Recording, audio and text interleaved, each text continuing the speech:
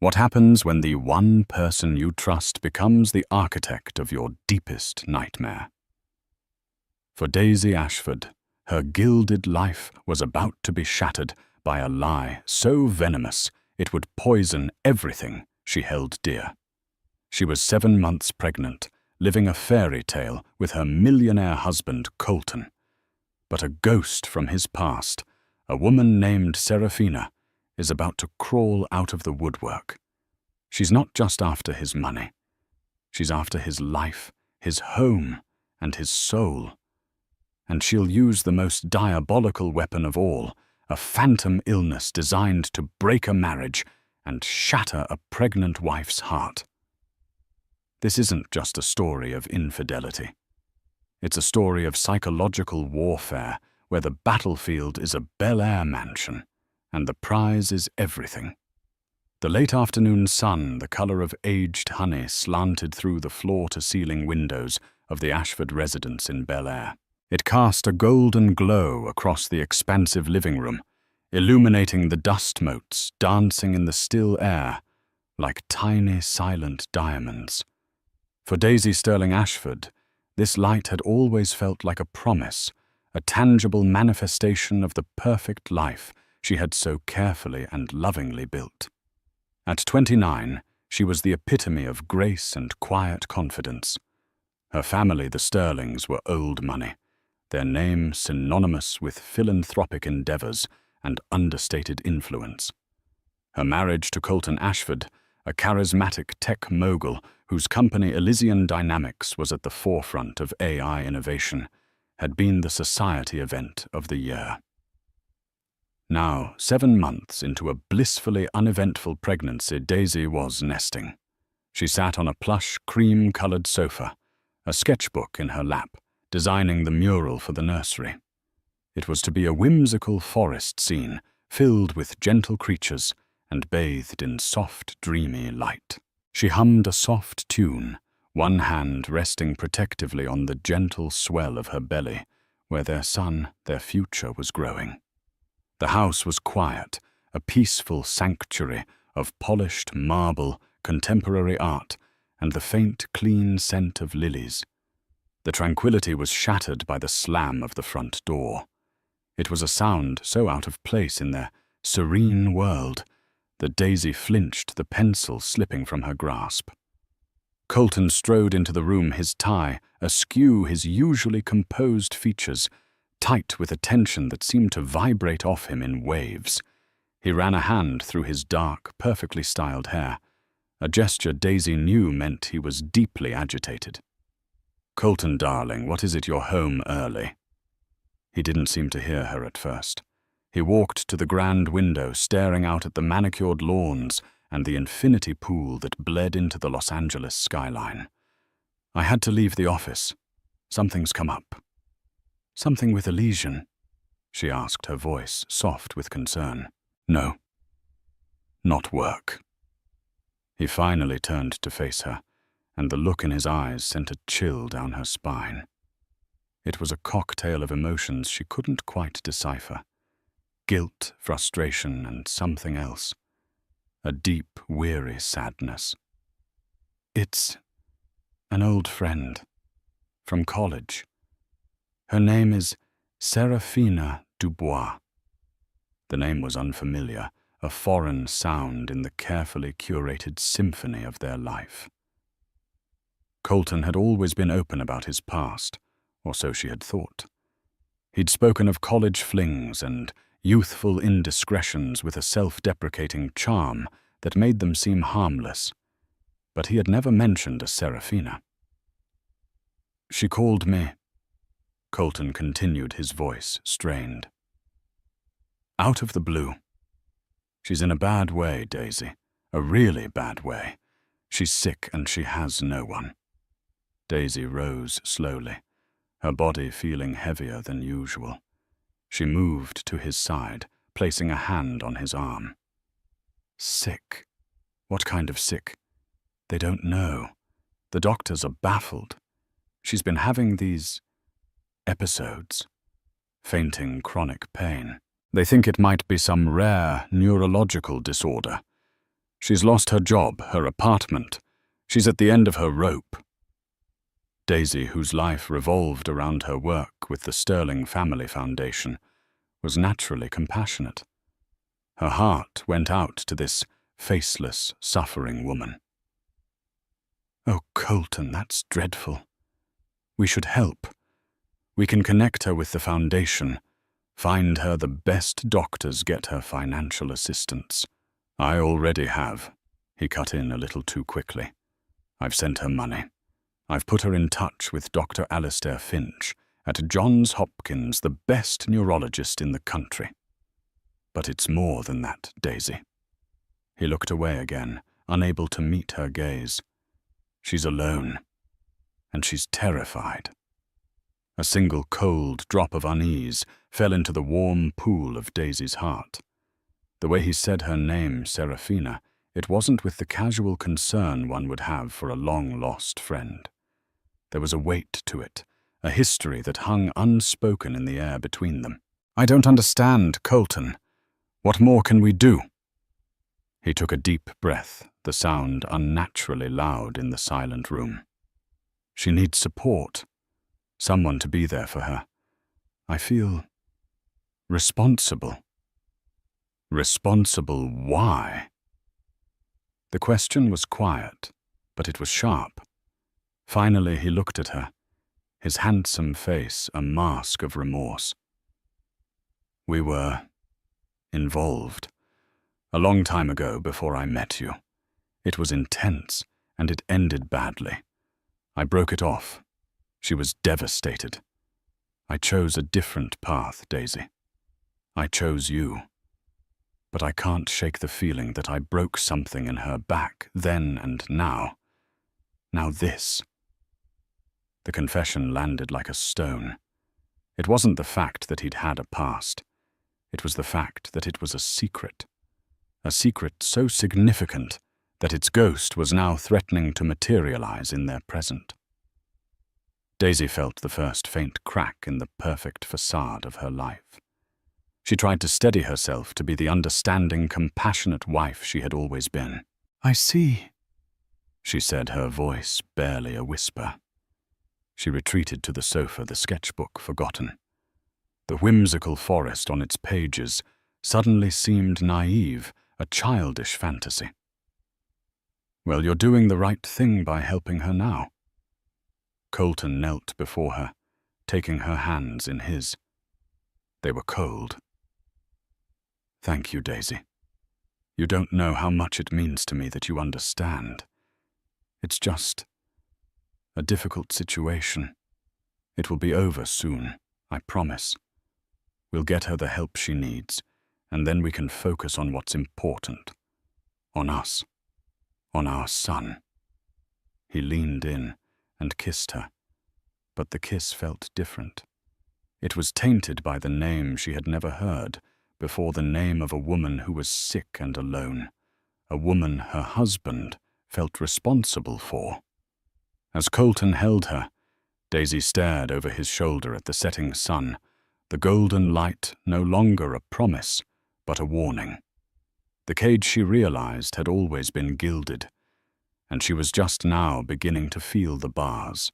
The next few weeks were a blur of hushed phone calls and late-night text messages. The name Serafina became a constant, unwelcome presence in the Ashford home, a ghost at their dinner table.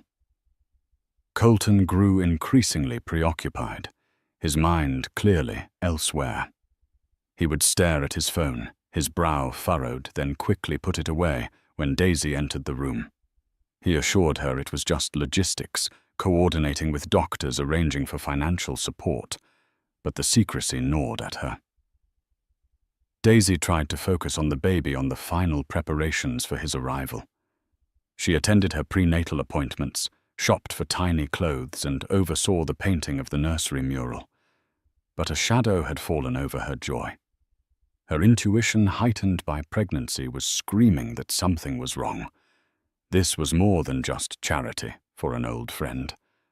Colton began sharing details of Serafina's illness, and the descriptions grew more and more alarming. Her symptoms were a bizarre and dramatic collection of ailments that defied easy diagnosis.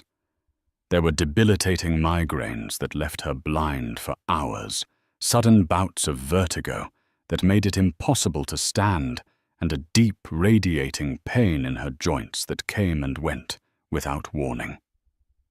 Most terrifyingly, she described episodes of temporary paralysis where she would wake up unable to move a muscle. "Dr. Finch is perplexed," Colton said one evening, pacing the length of their cavernous kitchen. "He's run every test imaginable. MRIs, PET scans, spinal taps. Everything comes back clean. He's talking about referring her to a specialist in rare autoimmune disorders at the Mayo Clinic, Dr. Eleanor Vance." "She must be so frightened," Daisy said, forcing a tone of sympathy she no longer felt. In her heart, a cold suspicion was beginning to crystallize. The symptoms were all so subjective. Pain, fatigue, dizziness. There was no rash, no fever, no tumor on a scan. Nothing concrete that could be measured or proven. It was the perfect, untraceable illness. Colton, however, was completely consumed by it. He seemed to see Serafina not as a woman, but as a tragic figure from a romantic novel, a damsel in profound distress. Daisy started to piece together the history Colton had so conveniently omitted. He let slip details in moments of frustration, how Serafina was a brilliant artist, a free spirit who lived life on her own terms, how their relationship had been a whirlwind of passion and chaos. "I was younger then," he admitted one night, a glass of expensive whiskey in his hand. "I couldn't handle it. I wanted stability. I wanted you." The words were meant to be a comfort, but they felt like an insult. Daisy was stability. Daisy was the safe harbor he had sailed into after his tempestuous affair with this other woman. And now that the storm was threatening again, he was being drawn back to the thrill of the turbulent waters. The psychological toll on Daisy was immense. The stress was a constant, dull ache behind her eyes. She had trouble sleeping, her nights filled with anxious dreams. During the day, she would find herself weeping for no reason, the pregnancy hormones amplifying her sense of dread and betrayal. She felt profoundly alone. Then came the phone call that changed everything.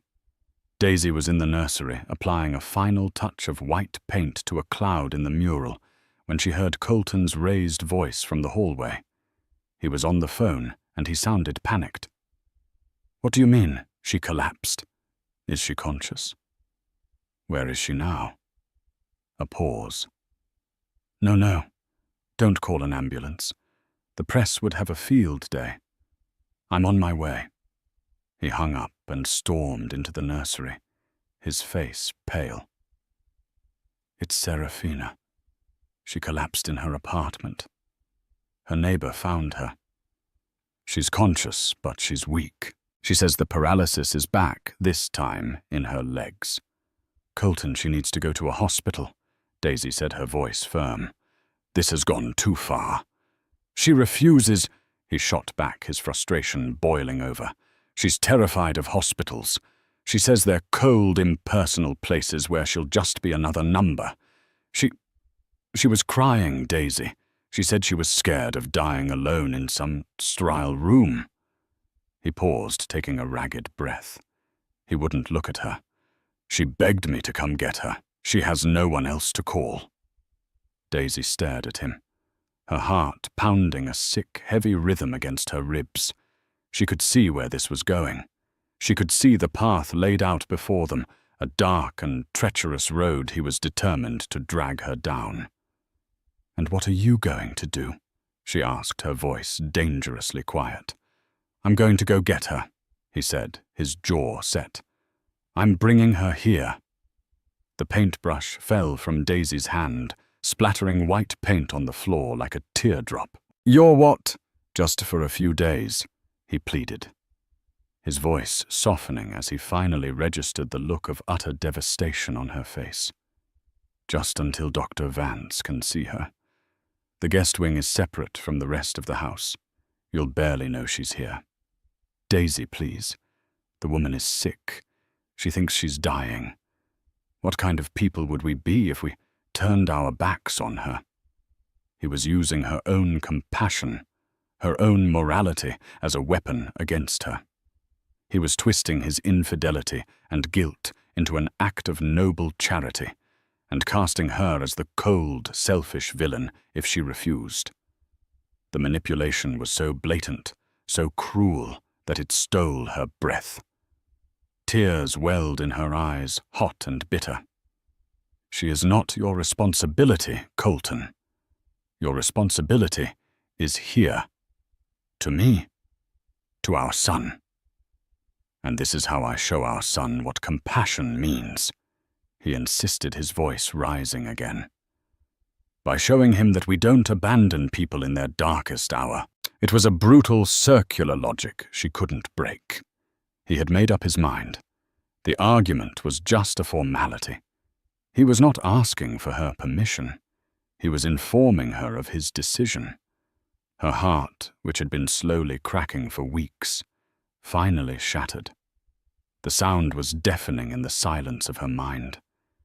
She looked at her husband, the man she loved, the man whose child she was carrying, and saw a stranger, a man blinded by guilt or something worse, a man willing to set his own house on fire just to feel the warmth of an old flame. "Do what you have to do, Colton," she said, her voice hollow. She turned away from him, her gaze fixed on the whimsical, innocent forest on the wall. A tear traced a path down her cheek and dripped onto her swollen belly. In the forest of her dreams, a serpent had just been invited in. 2 hours later, Serafina Dubois arrived. She didn't walk through the grand, double-doored entrance of the Ashford mansion. She was carried. Colton, his face a grim mask of determination, lifted her from the passenger seat of his Mercedes. Serafina, looking as fragile as a wounded bird, clung to his neck, her head resting on his shoulder. She was dressed in flowing bohemian layers that managed to look both expensive and artfully disheveled. A vintage silk scarf was tied around her dark, tumbling hair, and her pale face was devoid of makeup, making her large, dark eyes seem even more enormous and soulful. She made a show of weakness, her legs seemingly unable to bear her weight. "I'm so sorry, Colton," she whispered, her voice, a theatrical, reedy sound that grated on Daisy's nerves. "I'm such a burden." "Nonsense," Colton said, his voice gruff with manufactured reassurance. "We'll get you settled in." Daisy stood at the top of the sweeping staircase, her hand gripping the cold, polished wood of the banister. She watched the scene unfold below her, as if it were a play. It was all so perfectly staged, the gallant hero the damsel in distress, and she, the pregnant wife, was relegated to the role of the shrewish, unwelcoming obstacle. The household staff had gathered in the foyer, their faces a mixture of confusion and disapproval. Mrs. Gable, the housekeeper, who had been with Daisy's family for over 20 years, stood ramrod straight, her lips pressed into a thin, tight line. Her gaze met Daisy's for a fleeting second, and in that look, Daisy saw an ocean of loyalty and shared suspicion. Mrs. Gable knew just as Daisy knew that this was an invasion. Colton carried Serafina past them, heading towards the west wing, where the lavish guest suite was located. As they passed the bottom of the staircase, Serafina's head lifted from Colton's shoulder. Her eyes, dark and intelligent, locked with Daisy's. For a split second, the mask of frail suffering slipped. Daisy saw a flash of something else in their depths, a cold, hard glint of triumph. It was a look that said, "I'm here. I'm in your house. And I have won." Then just as quickly it was gone, replaced by a look of doe-eyed vulnerability as she turned her face back into Colton's chest. The moment was so brief, so subtle, that Daisy almost thought she had imagined it. But she hadn't. It was real, and it confirmed every dark fear she had. This wasn't about illness. This was a calculated strategic maneuver by a woman who wanted to reclaim what she believed was hers.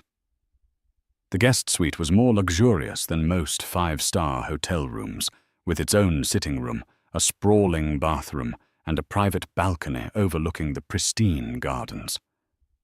Colton settled Serafina onto the king-sized bed, fluffing pillows around her, as if she were a delicate porcelain doll. "Is there anything you need?" he asked, his voice soft. "Water, tea. Should I have the chef make you some soup?" Just stay for a minute," Serafina murmured, her hand weakly clutching his. "I'm a little disoriented. Everything is spinning." Daisy remained in the doorway, a silent, statuesque observer. She watched as her husband, the father of her unborn child, sat on the edge of another woman's bed, his attention completely captive. The intimacy of the scene was a physical blow. This was her home, her sanctuary, the place she was meant to bring their son into, and it had been violated. "Colton," Daisy said, her voice colder than she intended. "I need to speak with you." Colton looked up, startled, as if he had forgotten she was there. A flicker of annoyance crossed his face before he masked it with a weary sigh. "Daisy, not now." "Now, Colton," she insisted, turning and walking back towards the main part of the house, without waiting for a reply. He followed a moment later, closing the door to the guest suite behind him. He found her in their master bedroom, standing by the window that overlooked the same view as Serafina's balcony. "What is it?" he asked, his tone defensive. "How long, Colton?" she asked, her back still to him. "How long is this performance going to last? Performance." "My God, Daisy, did you not see her? The woman can barely stand." "Oh, I saw her," Daisy retorted, spinning around to face him. Her eyes blazed with a fire he hadn't seen in years. "I also saw the look she gave me. The look that said she's exactly where she wants to be. In my house, in my life, being tended to by my husband." "You're being paranoid," he scoffed, throwing his hands up in exasperation. "You're pregnant and hormonal, and you're not thinking clearly." It was the ultimate betrayal. He was using her pregnancy, the most sacred and vulnerable time in her life, to dismiss her, to gaslight her into believing her own valid feelings were a symptom of some female hysteria. "Do not you dare use our child as an excuse for your blindness," she seethed, taking a step closer. "You brought a stranger into our home against my wishes. A woman you have a history with. A woman whose illness is conveniently unverifiable. And you expect me to just... What play the gracious hostess? I expect you to have a heart," he yelled, his own control finally snapping. "I expect the woman I married, the head of a charitable foundation, to show an ounce of the compassion she preaches about to the rest of the world." "This isn't the world, Colton. This is our home," she screamed back, tears of rage and heartbreak streaming down her face. "And you have defiled it. You have chosen her comfort over my peace of mind, over the sanctity of our family." The argument raged, a furious storm confined within the soundproofed walls of their opulent prison. It was the worst fight of their marriage, filled with accusations and bitter truths. In the end, nothing was resolved. Colton retreated into a stony, self-righteous silence, convinced of his own martyrdom. Daisy, emotionally and physically exhausted, collapsed onto their bed. her body racked with sobs that shook her entire frame. The baby kicked a frantic, insistent rhythm against her ribs, as if he too could feel his mother's distress. Down the hall in the lavish guest suite, Serafina lay back against the plush pillows. She had heard the raised voices, the sounds of the marital explosion she had so expertly engineered. A slow, satisfied smile spread across her face. She reached for her phone, her fingers, which had been so weak and trembling just an hour before, now moving with quick, precise purpose. She opened a text message thread with a contact saved as ER, Phase 1, complete, she typed. The serpent is in the garden. She pressed send. Then, with a sigh of deep contentment, she closed her eyes, the picture of perfect, fragile innocence, and waited for Colton to come back and check on her. She knew he would. The Ashford mansion, once a sanctuary of peaceful elegance, transformed into a tense, silent battlefield. Serafina's presence was a toxic gas that seeped into every corner, poisoning the atmosphere. Life revolved around her. The household staff, loyal to Daisy and deeply suspicious of the newcomer, were forced to cater to her every whim. Serafina was a master of psychological warfare. Her tactics were subtle, insidious, and designed to chip away at Daisy's sanity. She never made a direct demand. Her needs were always framed in the context of her debilitating illness. "Oh, Mrs. Gable," she would say, her voice a fragile whisper, when the housekeeper brought her breakfast tray. "This toast is wonderful, but the scent of the butter, my nausea is just so dreadful today. Would it be too much trouble to have the chef make a plain broth instead?" The requests were constant and ever-changing. One day, only imported Fiji water would soothe her throat. The next, the light filtering through her windows was too harsh for her migraines, and blackout curtains had to be immediately installed. She monopolized Colton's time completely. Just as Daisy and Colton were about to sit down for a rare dinner together, the intercom from the guest wing would buzz. "Colton," Serafina's weak voice would crackle through. "I'm so sorry to bother you both. I had a nightmare. I thought I was falling. My heart is racing. Could you just come for a minute?" And Colton, caught in her web of guilt and perceived duty, would always go. He would leave Daisy sitting alone at the vast dining table, her food growing cold, her heart icing over. Serafina's most potent weapon was her shared history with Colton. She would reminisce with him, always within earshot of Daisy. "Do you remember that little jazz club near Campus Colton?"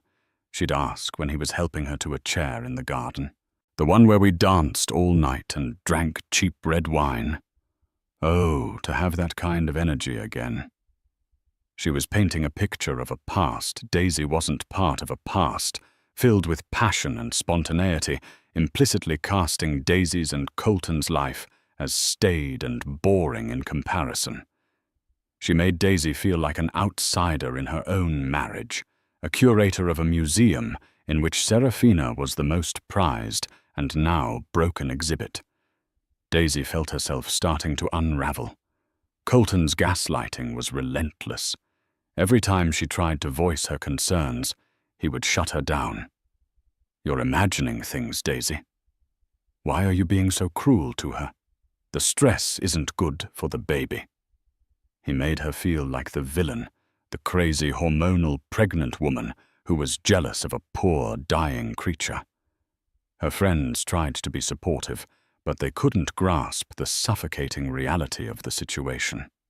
"Just ignore her," her best friend Chloe advised over the phone. "Focus on yourself and the baby." But how could she? The enemy was living down the hall. The only person who truly understood was Mrs. Gable. The housekeeper became Daisy's silent ally, her eyes and ears in the house. Mrs. Gable was a woman of fierce loyalty and sharp observation. She saw what Colton in his deliberate blindness refused to see. One afternoon, Mrs. Gable sought out Daisy in the nursery. She closed the door quietly behind her. "Mrs. Ashford," she began, her voice low, "I don't wish to speak out of turn." "Please, Martha," Daisy said, turning from the window. "Speak freely." "It's about Miss Dubois," the housekeeper said, her hands twisting in the fabric of her apron. "There are inconsistencies." Daisy's heart leaped. "What have you seen?" "Yesterday, Dr. Finch called to check on her. I took the call and buzzed her room. She answered, and her voice was so weak she said she couldn't get out of bed. But I had walked past her room not 5 minutes earlier. The door was ajar. She was on her yoga mat in the middle of a rather strenuous-looking stretch." Daisy's breath hitched. "Are you certain?" "Absolutely," Mrs. Gable said, her eyes firm. "And this morning she told Chef she had no appetite, that her stomach was in knots. An hour later I was tidying the pantry, and I found this." She opened her apron pocket and pulled out the wrapper of a high-end dark chocolate and almond bar. It was tucked behind the flour canisters. Her fingerprints were on it. And last night, after she called Mr. Ashford away from dinner because her heart was racing, I saw her on her balcony. She was on her phone, scrolling and smiling. She looked the picture of health. It was the confirmation Daisy desperately needed. She wasn't going crazy. She wasn't paranoid. She was being played. The information ignited a new fire within her. The heartbroken, weeping wife was gone, replaced by a woman of cold, calculating fury. If her husband wouldn't protect their family, she would. That evening, Daisy began her own investigation. When Colton was asleep, she slipped into his study. His laptop was password protected, but she knew his habits. He often used the names of his passion projects. She tried Elysian 1, AI Future, Ashford Tech. Nothing. Then a cold dread filled her as a new possibility emerged. She typed Serafina 7. Access granted. Her hands trembled as she opened his email. The correspondence was everything she had feared, and worse. There were emails going back months long before Serafina had supposedly re-entered their lives. Their affair had never truly ended. It had been a simmering, clandestine emotional connection that had been reignited into a full-blown affair 6 months ago. She found the email chain with Dr. Alistair Finch. The neurologist was clearly frustrated. Colton, one email read, "I have to be frank. I've run every test in the book on Miss Dubois. There is absolutely no physiological basis for her symptoms. While I don't want to discount her subjective experience of pain, I am professionally obligated to suggest that a psychiatric evaluation might be more beneficial. I am referring her to Dr. Vance as a last resort. But my clinical opinion is that this is not a neurological matter." Colton had hidden this from her. He had twisted the doctor's professional opinion to fit his narrative of a mysterious, tragic illness. Daisy felt a wave of nausea so profound she had to grip the desk to steady herself. Her marriage wasn't just cracked, it was a lie, a complete and utter sham. She had been living in a beautifully constructed dollhouse, and the walls were now caving in. She closed the laptop, her movements precise and silent. She walked back to the master bedroom and looked at the man sleeping in her bed. He was not her protector, her partner, or her love. He was her adversary, a co-conspirator in the plot to destroy her. She lay down, but she did not sleep. She stared into the darkness, the whispers of the house swirling around her. They were whispers of deceit, of betrayal, of a game she had unknowingly been a part of. But now she knew the rules, and she was going to change them. The investigation was no longer about proving Serafina was a fraud. It was about gathering the ammunition she would need to survive the war that was to come. The discovery on Colton's laptop galvanized Daisy. The grief, while still a raw wound in her chest, was compartmentalized. In its place grew a cold, sharp resolve. She was no longer just a victim. She was a strategist. Her first move was to leverage the one resource Colton couldn't control: her own money. The Sterling family trust was formidable, and Daisy had always used it for her philanthropic work. Now she would use it for her liberation. The next morning, she made a call to a number given to her by her father's attorney years ago. A number for a man who specialized in sensitive and discreet inquiries. His name was Marcus Thorne, a former investigative journalist turned high-end private investigator. Thorne was known for his ruthlessness, his meticulousness, and his unwavering discretion. He was expensive, but he was the best. They met in a quiet corner of a private lounge at the Bel Air Hotel, a place so steeped in old-world luxury that no one would look twice at the meeting. Daisy, dressed in an elegant maternity dress that belied the turmoil within, laid out the situation with chilling clarity. She did not cry.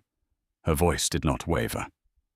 "I don't need suspicions, Mr. Thorne," she concluded. Her hands folded calmly on the table. "I need irrefutable proof. I want to know everything about Serafina Dubois, her history, her finances, her associates. I want to know who she talks to, where she goes. I need you to find the why behind the lies, and I need you to find the puppet master if there is one." Thorne, a man with pale, intelligent eyes that seemed to miss nothing, listened intently. "You believe there's someone else involved?" "A performance this elaborate often requires a coach," Daisy stated. "Her symptoms are too specific, too aligned with rare diseases that are notoriously difficult to disprove." "She's had help." Thorne nodded slowly. "I'll take the case, Mrs. Ashford. My team is very good. We'll be ghosts." Within 48 hours, the first cracks in Serafina's story began to appear, thanks to Thorne's efficient digging. He uncovered a pattern. Serafina had a history of attaching herself to wealthy, influential men. There was a gallery owner in New York who had supported her for a year before she had a nervous breakdown, and he was forced to pay for her recovery. There was a French film director who had cast her in a small role only for her to develop crippling anxiety that made it impossible for her to work, though she continued to live in his Paris apartment for months. The most damning discovery was an ex-boyfriend in San Francisco, a software engineer named David Chen. Thorne's associate got Chen to talk. He was still bitter. "Serafina." "Yeah, I remember her," he'd said, his voice dripping with sarcasm. "She told me she was pregnant with our child. Said she had hyperemesis gravidarum so bad she couldn't work. I paid her rent for 6 months. Then a friend saw her running a half marathon. When I confronted her, she vanished.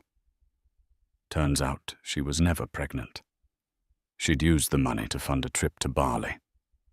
While Thorne's team was excavating Serafina's past, Daisy's own vigilance at home paid off. One rainy afternoon, Daisy was in her study, ostensibly organizing files for her foundation, but really monitoring the household's Wi-Fi network traffic, a trick Colton's own tech-savvy world had inadvertently taught her. She noticed a series of encrypted video calls being made from an unrecognized device connected to the guest wing's network. The calls were long, happening almost daily. Meanwhile, Mrs. Gable continued her quiet surveillance. She noticed that after these video calls, Serafina's mood would change. Sometimes she seemed agitated, other times sulk, and her symptoms would often align with whatever she had been discussing. If the call was tense, she'd have a fainting spell later that day. If it was upbeat, she might report a miraculous, though temporary, lifting of the pain. The breakthrough came a week later. Thorne called Daisy on a secure line. "We've got him," he said, his voice flat but triumphant. "We've got the coach." "Who is it?" Daisy asked, her heart hammering. "A disgraced doctor named Evan Reed," Thorne explained. "He lost his medical license 3 years ago for insurance fraud and writing illegal prescriptions. He now runs a wellness consulting business out of a small office in Encino. It's a front. What he really does is teach people how to convincingly fake illnesses for disability, claims, lawsuits, or other personal situations. We've been monitoring him. And Serafina Dubois is his star client." The pieces of the puzzle slammed into place. This was no mere opportunist. This was a professional grifter aided and abetted by a medical charlatan. "Can you prove it?" Daisy breathed. "Better," Thorne said. "Dr. Reed has a very disgruntled former assistant. She left a few months ago after he refused to pay her what he owed her. For the right price, she's willing to talk. She has records, invoices to Serafina for symptom coaching. She even has recordings of some of their sessions. It seems she was smart enough to get some insurance for herself." Daisy felt a surge of adrenaline, so potent it made her dizzy. This was it. This was the weapon she needed. But Thorne wasn't finished. "There's one more thing, Mrs. Ashford," he said, his voice dropping slightly. "My team put physical surveillance on Miss Dubois. We were careful. But she's getting bolder. She thinks she's safe in your home. Yesterday she left the property." "She what?" Daisy was stunned. "A car service picked her up a block away. We followed her. She went to a hotel in Santa Monica, the Viceroy.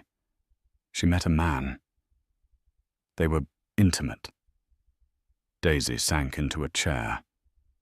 The phone pressed hard against her ear. She was prepared for the lies, the fraud. She was not prepared for this. "Who was the man?" she whispered.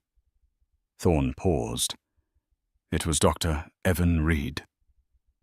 The sheer breathtaking audacity of it left Daisy speechless. Serafina wasn't just his client. They were partners, lovers. They were in this together, a parasitic team, bleeding her family dry. They were likely laughing at Colton, laughing at her while carrying on an affair under their very noses. The final and perhaps most crucial piece of evidence came from Mrs. Gable the very next day. The housekeeper had gone into the guest wing to collect linens while Serafina was supposedly sleeping. On the desk, left carelessly open, was a notebook. Inside, in Serafina's elegant script, were notes. Week 4. Introduce vestibular migraine symptoms, dizziness, sensitivity to light. Mention transient aphasia. Difficulty finding words. JR responds well to cognitive symptoms, preys on his fear of intellect loss. Week 5. Leg paralysis. Key is muscle inconsistency. Don't overplay. Let him save me. Reinforces his hero complex. Payment to ER due on the 15th. 20% of incoming funds. Mrs. Gable, knowing its importance, took a photo of the page with her phone and immediately brought it to Daisy. Daisy looked at the photo at the cold clinical breakdown of her husband's psychological weak spots. She looked at the evidence from Thorne, the testimony, the financial records, the photos of Serafina and Dr. Reed embracing at a seaside hotel. She now had a complete arsenal. The cracks in the facade had given way to a gaping chasm revealing the ugly, rotten truth at the core of it all. There would be no more quiet suffering. There would be no more whispers. There would only be the storm. And she was ready to unleash it. The day Daisy chose for the reckoning was a Tuesday. It was the day of her parents' wedding anniversary, a fact that felt poignantly ironic. She spent the morning in a state of preternatural calm, the kind that precedes a hurricane. She instructed the chef to prepare an elaborate dinner, a favorite of Colton's pan-seared scallops, followed by a rack of lamb. She then made 2 phone calls. The first was to her father, Robert Sterling. A retired judge, her father was a formidable man whose quiet authority and razor-sharp intellect had always been her anchor. She told him only that she needed him, that it was urgent, and that he should come for dinner at 7. He asked no questions, simply saying, "I'll be there." The second call was to Marcus Thorne. "I need you tonight," she said, "and I need everything ready." At 6 o'clock, Daisy walked to the guest wing. She knocked on Seraphina's door. "Come in," Seraphina's voice called out, laced with its customary frailty. Daisy entered. Seraphina was propped up in bed, a book lying open on her lap. She looked surprised to see Daisy. "Daisy," she said, a small, curious smile playing on her lips. "To what do I owe the pleasure? I came to invite you to dinner," Daisy said, her voice even and polite. "In the main dining room. Colton and I would be so pleased if you would join us. My father will be here as well. We thought it was time we all made an effort to connect for the sake of harmony in the house." Seraphina's eyes widened almost imperceptibly. An invitation to the formal dining room to meet Daisy's father was a significant escalation. In her mind, it could only mean one thing. Daisy was finally capitulating, accepting her presence. The triumph she had felt upon her arrival surged through her again. "Why, I'd be honored," Seraphina said, placing a hand on her chest. "I'm feeling a bit stronger today. Colton can help me get ready." "Wonderful," Daisy said, turning to leave. 7 o'clock. As she walked away, she could feel Seraphina's smug gaze on her back. Let her have her moment of victory, Daisy thought. It will be her last. At precisely 7, the players were assembled. Colton, looking relieved that Daisy was finally coming around, stood by the fireplace, a glass of wine in his hand. Judge Robert Sterling stood beside him, his presence lending an immediate gravity to the room. He observed everything with a cool, judicial eye, his gaze lingering on Colton with an unnerving intensity. Then Seraphina made her entrance. She was leaning heavily on Colton's arm, dressed in a flowing, dark red dress that made her look like a tragic heroine from a Victorian novel. Her face was pale, her expression a careful blend of gratitude and shy apprehension. "Judge Sterling," she said, extending a limp hand. "It is such an honor to meet you. Daisy speaks so highly of you." Robert Sterling took her hand briefly. His touch was firm, his eyes unreadable. "Miss Dubois," he said, his voice a low baritone that commanded attention. They sat down at the long, polished mahogany table. The scene was perfectly set, crystal glasses, gleaming silverware, and a centerpiece of white roses that seemed to mourn the meal before it had even begun. The first course was served in a tense silence. Colton tried to make small talk, but the words fell flat in the heavy atmosphere. Finally, after the scallop plates had been cleared, Daisy placed her napkin on the table. She stood up. Every eye turned to her. "Before the main course," she began, her voice resonating with a newfound strength and clarity that made Colton stare at her. "I thought we could watch a short film, a documentary of sorts, I had our media room linked to the screen in here. It's a story about a very talented actress." She pressed a button on a remote control she had been holding. The large framed painting on the wall behind the head of the table silently retracted, revealing a state-of-the-art screen. Colton looked confused. "Daisy, what is this?" Seraphina's smile faltered. A flicker of unease crossed her features. The screen lit up.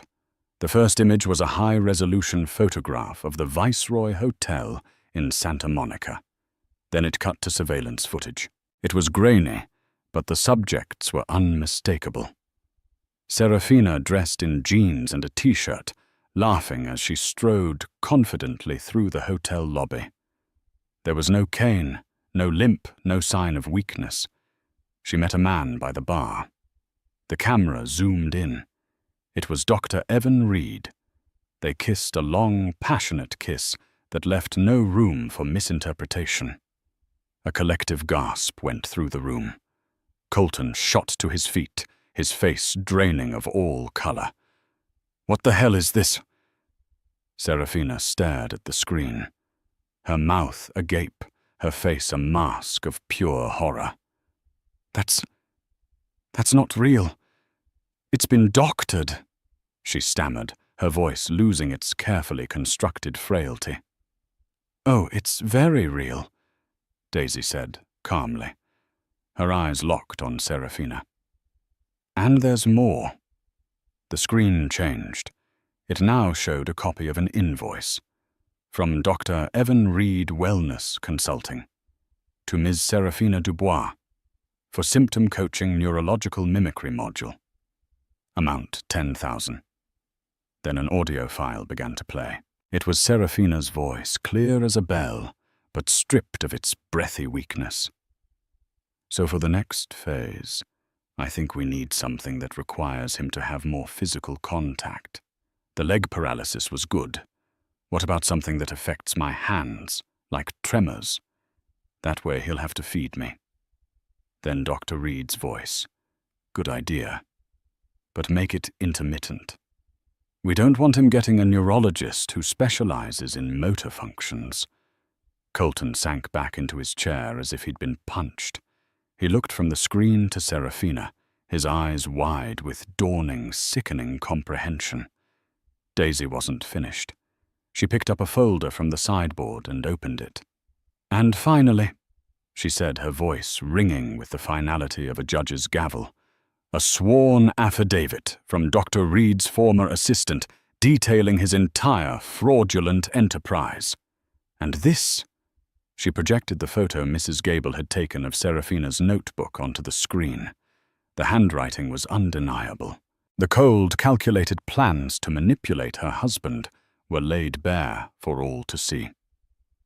J.R. responds well to cognitive symptoms, preys on his fear of intellect loss, reinforces his hero complex. Payment to ER due on the 15th. It was over.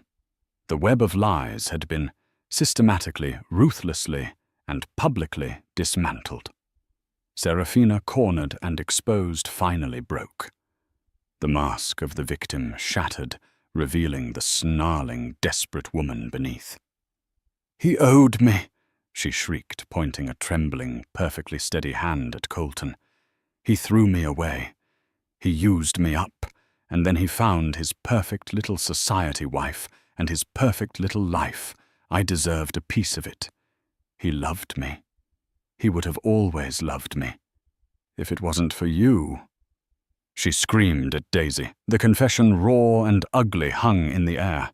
Colton, utterly humiliated, broken, and filled with a rage born of his own colossal stupidity, finally turned on her. His voice, when he spoke, was terrifyingly quiet. "Get out," he whispered. "Colton, baby, listen to me," she began, trying to switch back to the damsel role. "Get out!"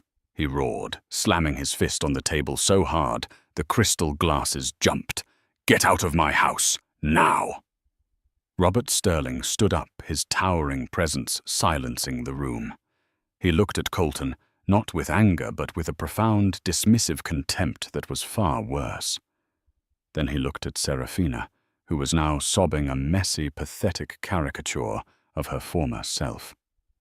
"I believe the gentleman asked you to leave," the judge said, his voice like ice. "I suggest you do so before I have the authorities escort you out for fraud and trespassing."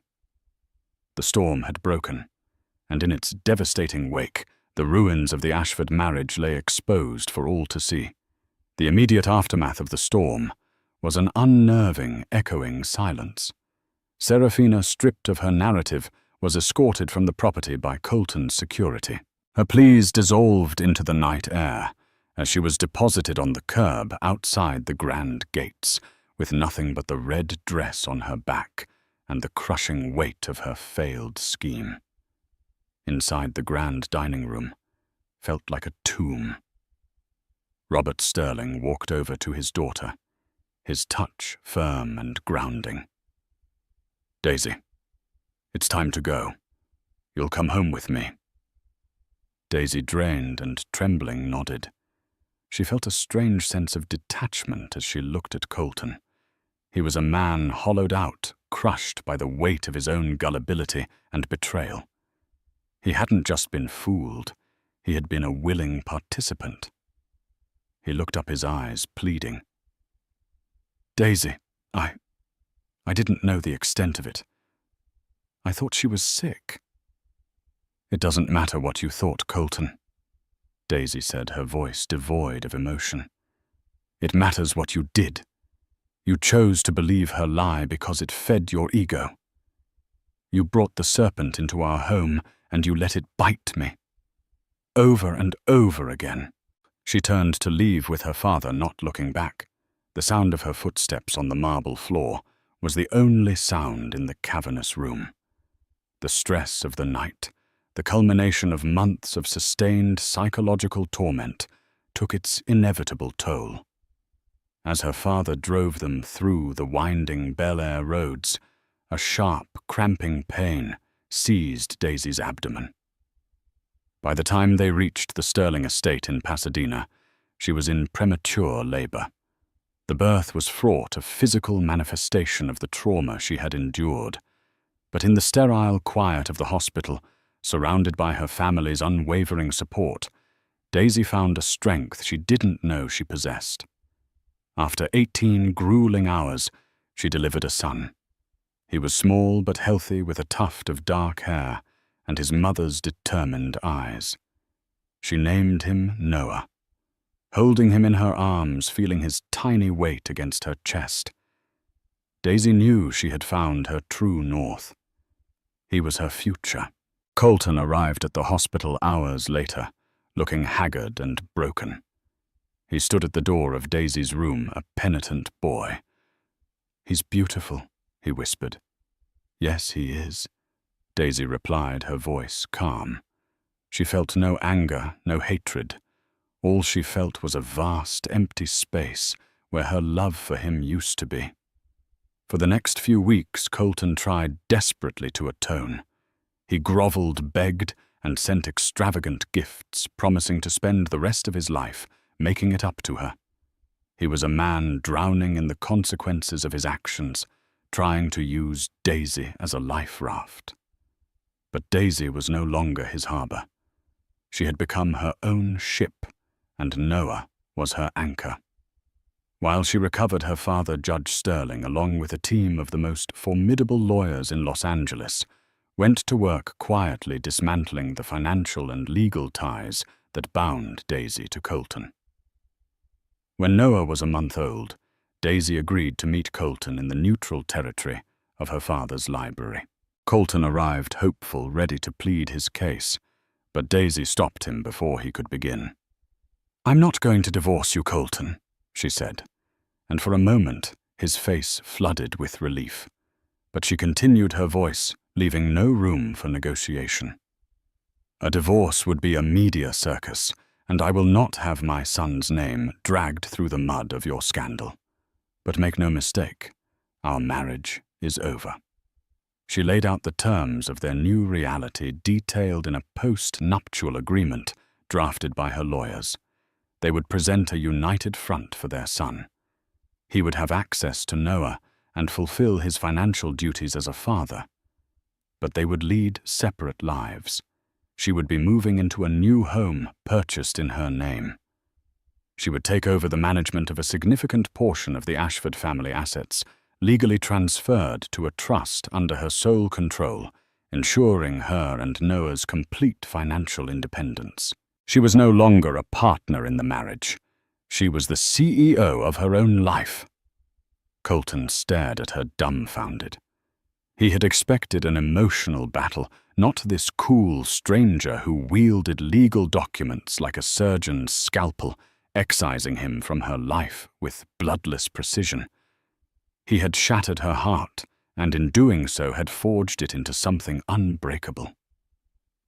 "Daisy, please," he whispered a last pathetic attempt. "I love you." "No, Colton," she said, standing up, the meeting concluded. "You loved the idea of me. The stability, the respectability. When that became inconvenient, you were willing to sacrifice me. I did love you, and I will mourn that love. But I will not be its victim." She left him then, standing alone in the silent library, a millionaire who had everything, and had just lost the only thing that ever truly mattered.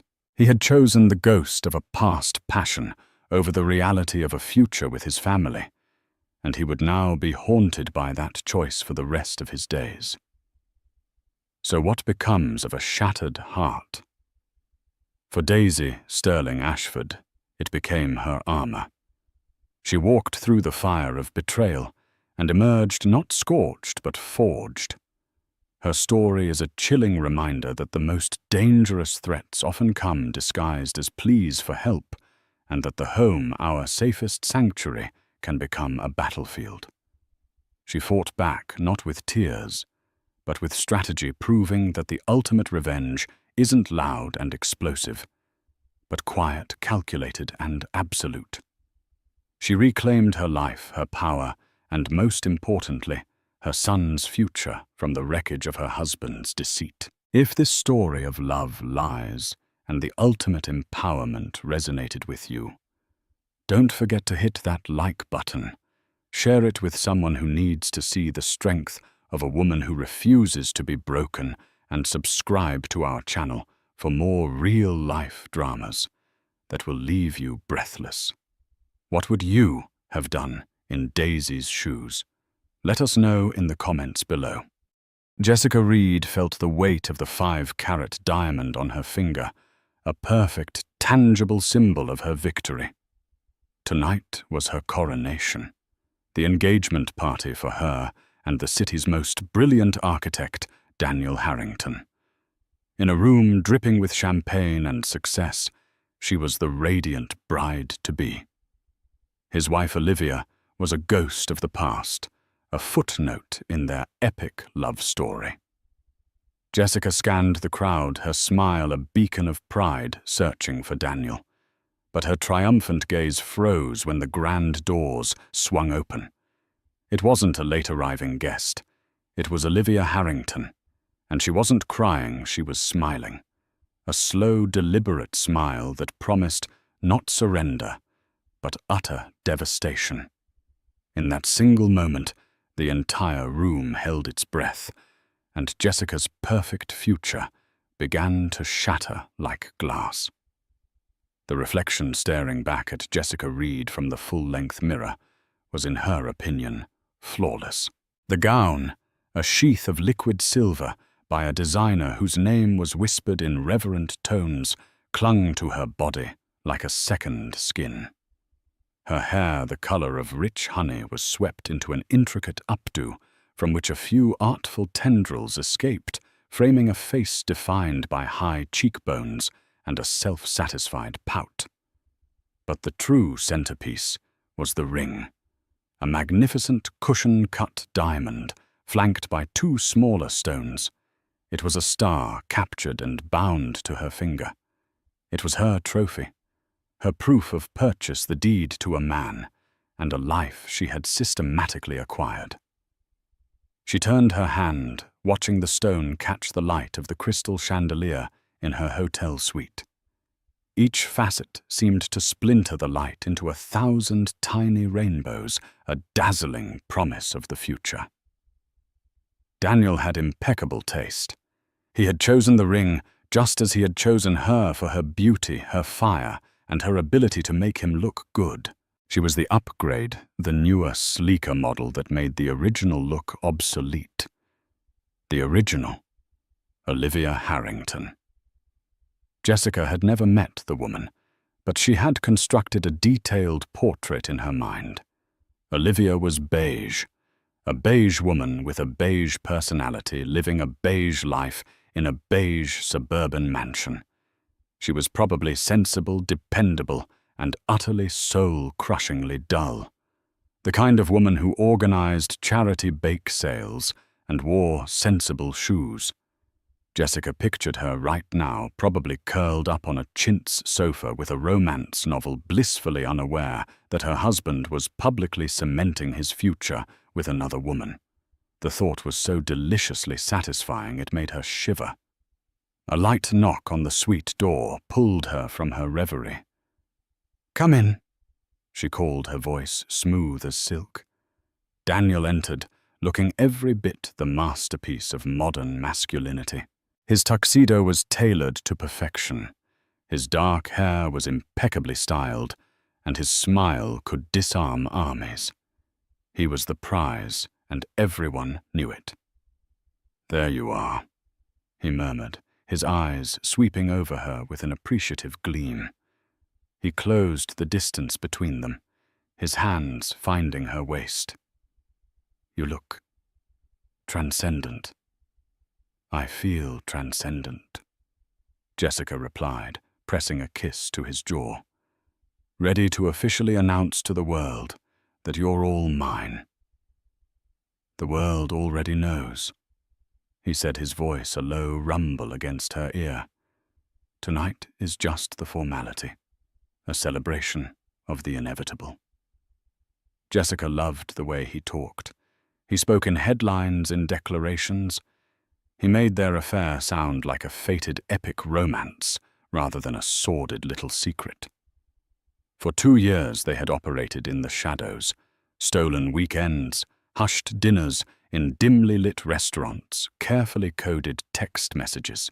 Daniel had always insisted on discretion, not for Olivia's feelings, he'd assured her, but for the sake of a clean and amicable divorce. He had business interests intertwined with his father-in-law, a man of considerable influence. Unraveling it all had to be done with surgical precision. "Is she signed?" Jessica asked, the one question that still held a sliver of doubt. The divorce papers, the final link to be severed. Daniel's smile didn't falter. "It's being handled, my love. My lawyers are bulldogs. Tonight isn't about the past. It's about our future." He tilted her chin up. "Our engagement party. In the starlight room, with everyone who matters watching. No more secrets. No more hiding." That was all she needed to hear. He led her out of the suite and towards the private elevator that would take them down to the hotel's rooftop ballroom. The Starlight Room was the most exclusive venue in the city, a glass-walled marvel that offered a panoramic view of the glittering skyline. Getting a reservation required a year's notice and a fortune, but for Daniel Harrington, doors simply opened. As they stepped out of the elevator, the low hum of conversation and the clinking of glasses washed over them. The room was packed. Jessica recognized faces from society pages and business journals. There was Gregory Thorne, the venture capitalist, chatting with a senator. There was Maria Petrova, the famously eccentric artist. This wasn't just a party. It was a convergence of power. And they were all here for her and Daniel. She tightened her grip on his arm, her smile widening. This was it. The culmination of 2 years of patience, of tolerating his excuses about timing and complications. She had played the long game, and she had won. Daniel guided her through the throng, a conquering hero with his new queen. People turned their eyes, drawn to her, to the ring, to the triumphant couple. "Daniel, my boy." A portly man with a booming voice clapped Daniel on the back. "You look like the cat that got the cream." His eyes flicked to Jessica, appraising and approving. And I can certainly see why. "Walter, you know Jessica Reed," Daniel said smoothly. Jessica offered a dazzling smile. "It's a pleasure, Mr. Jennings." "The pleasure is all mine. Congratulations to you both. A bold move, Harrington. I like it." A bold move. Jessica savored the words. They were acknowledging the coup she had orchestrated. She wasn't some home wrecker. She was a force of nature, a woman who got what she wanted. As Daniel was pulled into another conversation, Jessica's gaze swept the room. She felt 100 pairs of eyes on her, and in them she saw a mixture of admiration, envy, and curiosity.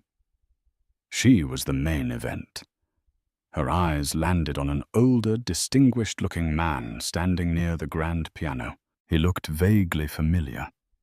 He was watching her, his expression unreadable. She assumed he was one of Daniel's father's associates. She gave him a small, confident nod, which he did not return. Strange. She dismissed it. Tonight, no one could touch her. She drifted over to the floor-to-ceiling windows, looking out at the city spread below like a carpet of jewels. This was her kingdom now. The penthouse apartment, the summer home in the Hamptons, the endless prestige that came with being Mrs. Daniel Harrington.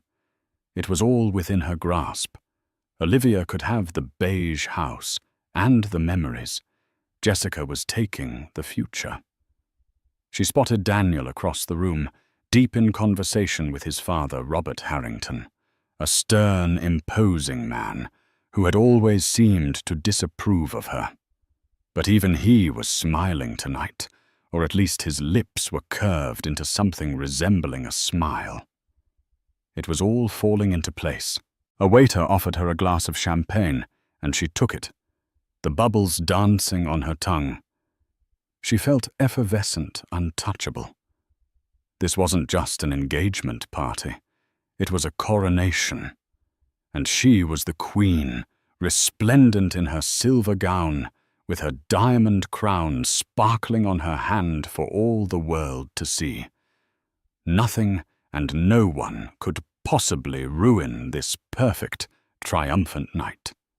Daniel Harrington navigated the glittering crowd of the Starlight Room with the practiced ease of a predator in his own jungle. He offered a charming smile here, a firm handshake there, his words, a carefully curated blend of bonhomie and business. To the outside world, he was the man of the hour, a visionary architect, celebrating his engagement to a beautiful young woman, his career and personal life ascending in perfect, glorious alignment. Inside, a cold knot of anxiety was tightening in his stomach. He glanced over at Jessica, who was holding court by the windows. She was magnificent, a perfect accessory for the life he was projecting. She believed every word he'd said, swallowed every lie like it was the finest champagne. She believed this party was for them, a grand public declaration. In a way, she was right. It was a declaration, but not the one she was expecting. His life was a house of cards, built on a foundation of his father-in-law's money and Olivia's quiet, unwavering support. The firm Harrington Designs was his name, his vision, but it was Olivia's inheritance that had provided the seed money and her family connections that had opened the first, most important doors. He was the artist, but she, or rather her wealth, was the patron. It was a truth he had long since buried under layers of his own manufactured genius. He had come to believe his own hype, to see her contribution as a mere stepping stone he had long since surpassed. The affair with Jessica had started as a cliché, a dalliance with a hungry, ambitious junior designer on his team. She looked at him with an uncomplicated adoration that Olivia had shed years ago. Olivia looked at him with the clear, knowing eyes of someone who had seen behind the curtain. She knew his flaws, his insecurities, his tendency to cut corners. Jessica saw only the brilliant architect, the powerful man. Her admiration was a drug, and he had become an addict. He'd told himself he was leaving Olivia because the passion was gone, because they had grown into different people. He was a creator, an adventurer. She had become cautious content. But the truth, the ugly secret truth, was that he was leaving her because he was financially ruined. A series of disastrously ambitious projects, a few bad investments in the volatile tech market, and a lifestyle that far outstripped his actual earnings had left him hollowed out. He'd been shuffling money between accounts, taking out secret loans, leveraging the company's assets to cover personal debts. He was a magician of finance, creating the illusion of boundless wealth while teetering on the edge of a black hole. The divorce was his only way out. He had assumed with breathtaking arrogance that he could charm his way through it. He'd envisioned a settlement where he kept the firm, the brand, and a significant chunk of their shared assets, leaving Olivia with the house and a comfortable allowance. He would be free, unencumbered by her family's silent judgment, and financially reset. He would marry the beautiful, adoring Jessica, and his second act would be even more glorious than the first. "Daniel." His father's voice, sharp and laced with its usual disappointment, cut through his thoughts. Robert Harrington had been a federal judge before retirement, and he still carried the weight of the bench in his posture. "Father," Daniel said, forcing a warm smile. "Glad you could make it." "I wouldn't miss it," Robert said, his eyes scanning the room. "Quite a production. Who's footing the bill for all this?" "One of your new clients." "Just a celebration," Daniel said evasively. "Good for the brand." Robert's gaze fell on Jessica. "And she's part of the new brand. She's my future," Daniel said a little too firmly. His father took a slow sip of his whiskey. "A future built on what exactly I spoke to your mother-in-law last week." Helen sounded distressed. The knot in Daniel's stomach cinched tighter. "Divorces are always unpleasant, Father. You know that." "I also know Olivia," Robert said, his voice low. "She is not a hysterical woman. She is precise, methodical. She is in many ways very much like your mother was. You would do well to remember that." Before Daniel could formulate a response, he was saved by the arrival of Mark Chen, a key investor in his latest high-rise project, the Apex Tower. "Daniel, what a night," Mark beamed, shaking his hand vigorously. "My wife and I were just admiring the view. You really know how to throw a party." "Only the best, Mark," Daniel said, his public persona snapping back into place. "Glad you could come. I wanted to talk to you about the latest renderings for the penthouse levels. I think you'll be very pleased with the material upgrades." "Excellent. That's what I like to hear," Mark said. "Things are still on track, I trust. The capital flow is stable. Stable as a rock." Daniel lied, his heart thumping against his ribs. The Apex Tower account was a sieve, and he had been patching it with funds from 2 other projects. It was a high-stakes juggling act, and his arms were getting tired. He just needed the divorce to go through. He needed access to a new line of credit, one that wasn't tied to Olivia's family name. This party, this public display of success and stability, was crucial. He needed investors like Mark to feel confident. He needed the world to see him as a winner. He excused himself and made his way back to Jessica's side, slipping an arm around her waist. She leaned into him, her scent a heady mix of perfume and victory filling his senses. "Everything okay, darling?" she asked, sensing his momentary tension. "Perfect," he whispered, kissing her temple. "Just business. Everyone is thrilled for us." She beamed, believing him completely. He looked at her so bright-eyed and beautiful, and felt a pang of something he almost mistook for guilt. She was a pawn in a much larger game, a game she didn't even know he was playing. She thought she was the queen about to checkmate her rival. She had no idea that the entire board was about to be flipped over, and that he was the one who had staked everything on a single, desperate bluff. He scanned the room again, a flicker of genuine fear piercing his carefully constructed armor. The guest list was odd. He'd given Jessica's assistant a list, but Olivia, as part of their amicable separation, had offered to handle the main invitations through her own seasoned social secretary. He had thought it a gesture of goodwill, a sign that she was resigned to the end. Now, seeing the faces in the crowd, he wasn't so sure.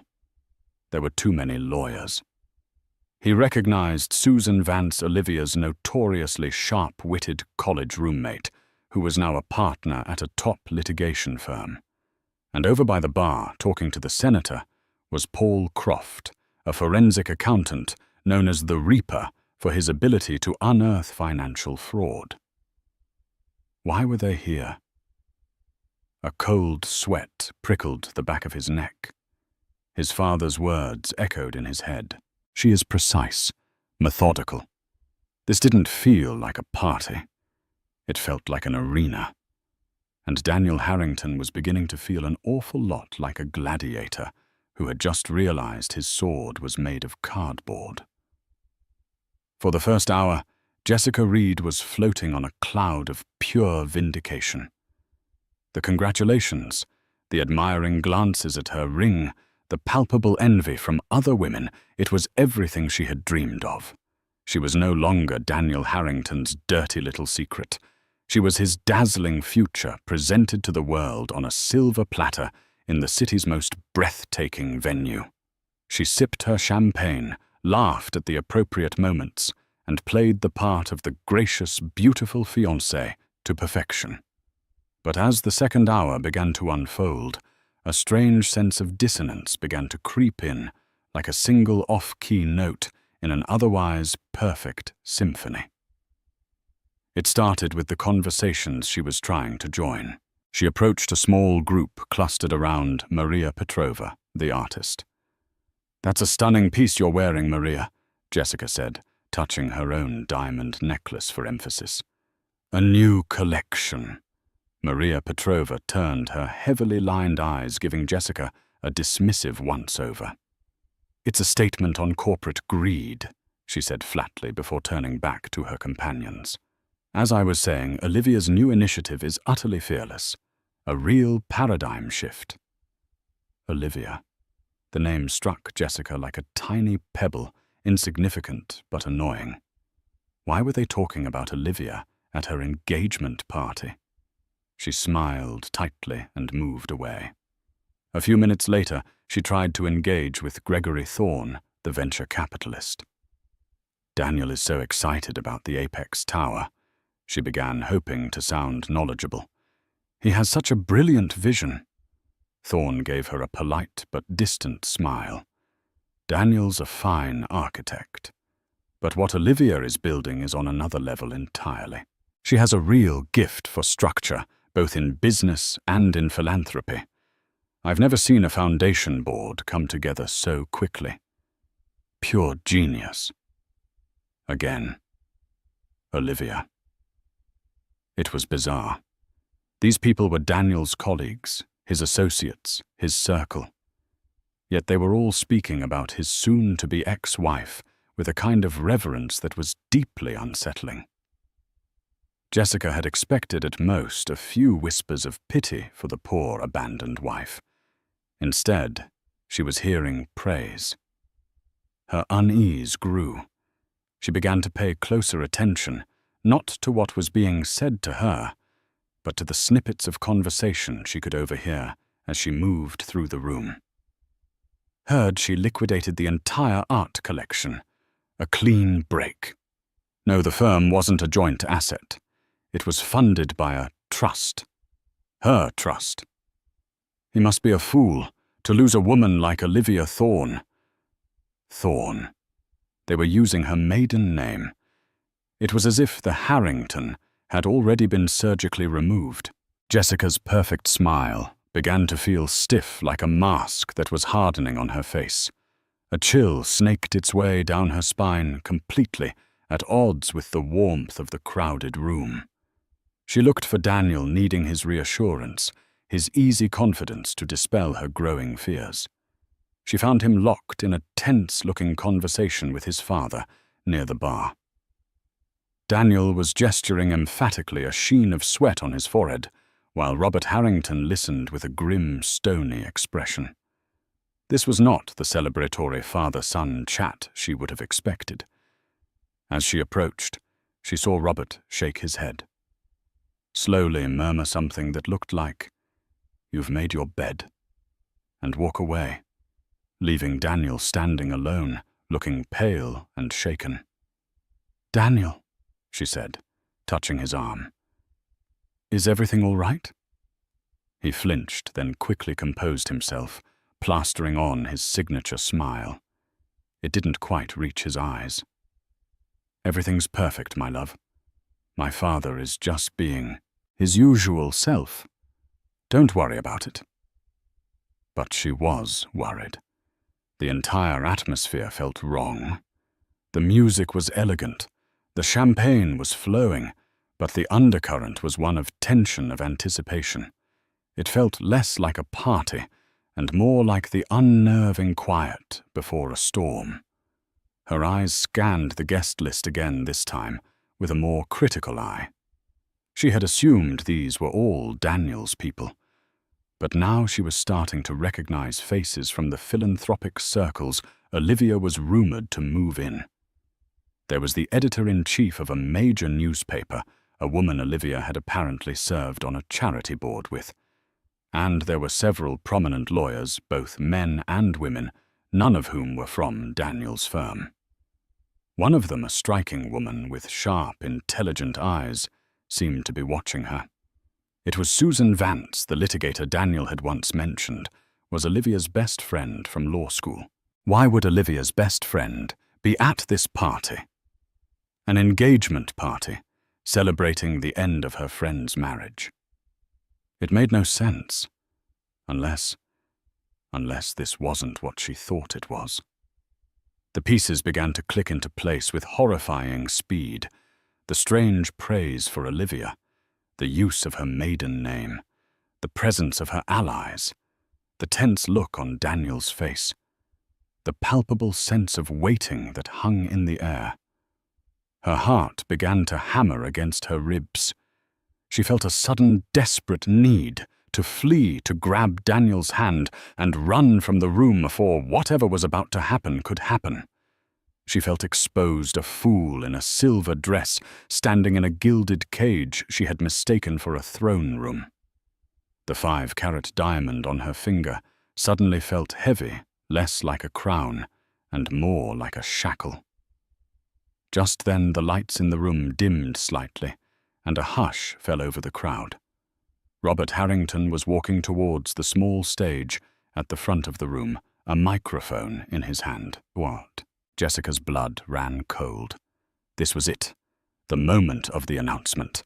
But as Daniel's father cleared his throat, his gaze sweeping over the assembled guests, he didn't look at Daniel. He didn't look at Jessica. He looked directly towards the grand double doors at the entrance to the ballroom. "Thank you all for coming tonight." Robert began, his voice resonating with judicial authority. "We are here to bear witness to a new beginning, a moment of profound courage and strength. It takes a rare kind of person to transform profound personal disappointment into a powerful public mission." Jessica's mind reeled. Personal disappointment. public mission. What was he talking about? This was supposed to be about love, about a new life, about her. And so, Robert Harrington continued, his voice rising, it gives me the greatest pride to welcome the architect of this entire evening, the founder of a truly transformative new venture, my daughter-in-law, Olivia Thorne Harrington. As he said her name, the grand doors swung open, and there she stood. Time seemed to slow, to thicken like honey. Every eye in the starlight room swiveled towards the entrance. The low hum of conversation ceased, replaced by a collective sharp intake of breath. Jessica felt as if the air had been sucked from her lungs, leaving a painful hollow vacuum. Her entire world, so solid and triumphant just moments before, was tilting on its axis. The woman framed in the doorway was not the beige, mousy creature of Jessica's imagination. She was not crying, she was not broken, and she was certainly not wearing sensible shoes. Olivia Harrington, or Olivia Thorne, as she was apparently now known, was a vision of incandescent power. She wore a tailored jumpsuit in a deep, commanding shade of sapphire blue that made Jessica's shimmering silver gown look frivolous and girlish in comparison. Her dark hair was cut in a sleek, severe bob that framed a face of startling intelligence and composure. Her makeup was minimal but flawless, her only jewelry a pair of simple, elegant diamond studs. She held no purse, her hands were free, her posture radiating an unassailable confidence. But it was her eyes that held the room captive. They were a cool, clear grey, and they swept across the assembled guests with a calm, deliberate authority. There was no pain in them, no hint of the scorned wife. There was only focused purpose and a chilling, unnerving certainty. And then her gaze landed on Jessica. For a heartbeat, their eyes met across the glittering room. Jessica felt pinned by that look, dissected and dismissed in a single, silent moment. In Olivia's eyes she saw not hatred or jealousy, but something far more devastating pity. It was the look one might give a foolish child who had wandered into a game far too complex for her to understand. Then Olivia's lips curved into a small, controlled smile. It was a smile that didn't reach her eyes. A smile that was not a gesture of warmth, but a weapon being unsheathed. That was the moment Jessica knew. This was never her coronation. It was her execution. As Olivia stepped into the room, a path seemed to clear for her, as if by magic. People didn't just make way. They turned to her, their expressions a mixture of awe and anticipation. She was not an intruder at this party. She was its center of gravity. Jessica turned frantically to Daniel, her mind screaming for an explanation. His face was ashen, a mask of pure, unadulterated terror.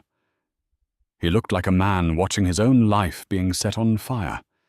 He wouldn't meet her eyes. He was staring at Olivia. His mouth slightly agape, the charismatic architect utterly vanished, replaced by a trapped, panicked boy. "Daniel." "What is this?" Jessica whispered, her voice trembling. "What is going on?" He shook his head, a tiny, helpless gesture. I don't know," he stammered, the lie so transparent it was pathetic. Olivia moved through the room with a serene grace, nodding to guests by name. "Susan, thank you for coming." "Senator, your support means the world." "Paul, I've got those preliminary financials for you." These were her people, her army. And Jessica and Daniel were standing isolated and exposed in the middle of enemy territory. Robert Harrington stepped down from the stage, meeting Olivia halfway. He took her hand and kissed her cheek with genuine affection. "You have their full attention, my dear," he said, his voice full of a pride and respect Jessica had never once heard him use when speaking to his own son. "Thank you, Robert," Olivia replied, her voice calm and clear, easily carrying in the silent room. "For everything." She then turned and walked towards the stage, her every step deliberate and measured. She moved like a queen ascending her throne. The crowd watched rapt. Jessica felt 100 pairs of eyes glance from Olivia to her, and back again, the unspoken understanding passing through the room like an electric current. They were all in on it. The entire event, the invitations, the guest list, the very name on the reservation for the Starlight Room. It had all been her. Jessica felt a wave of nausea. The champagne in her stomach turned to acid. The beautiful gown felt like a costume for a fool. The diamond on her finger felt like a lead weight dragging her down into a chasm of humiliation. She had walked in here tonight, believing she was the star of the show, the victor writing the final chapter. Now she understood she was nothing more than a prop, a carefully placed piece of bait in Olivia's elaborate, exquisitely cruel trap. As Olivia reached the stage and turned to face the crowd, she took the microphone from the stand. Her cool grey eyes found Daniel in the crowd, and for the first time she addressed him directly, though her voice remained steady and projected for all to hear. "Hello, Daniel," she said, the simple greeting landing with the force of a physical blow. "I'm so glad you could make it. And you brought a guest. How thoughtful." The polite, cutting words hung in the air, dripping with an irony so thick it was suffocating. The public humiliation had begun. And as Olivia looked out at the powerful, influential people she had gathered, Jessica knew with a certainty that chilled her to the bone that this was only the beginning of the demolition. Olivia hadn't come here to reclaim her husband. She had come to bury him. Olivia Thorne stood at the podium, a figure of absolute composure. The Starlight Room was so quiet that the faint, distant sound of a siren on the street below was clearly audible. She held the microphone with a steady hand, her gaze sweeping across the room before settling once more on the frozen figures of Daniel and Jessica.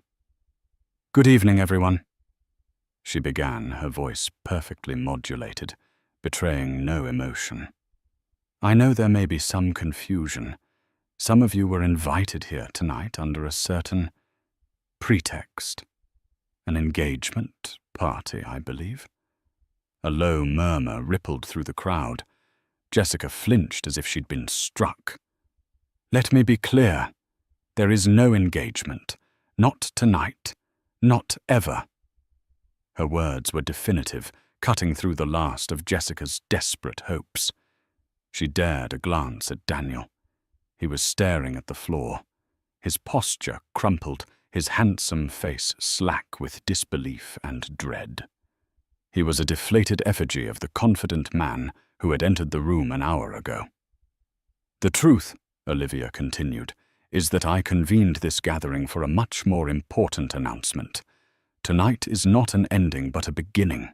It is the official launch of a project I have been developing for the past year. It's a foundation dedicated to providing financial, legal, and emotional support to women who are navigating the devastating fallout of spousal betrayal and financial fraud."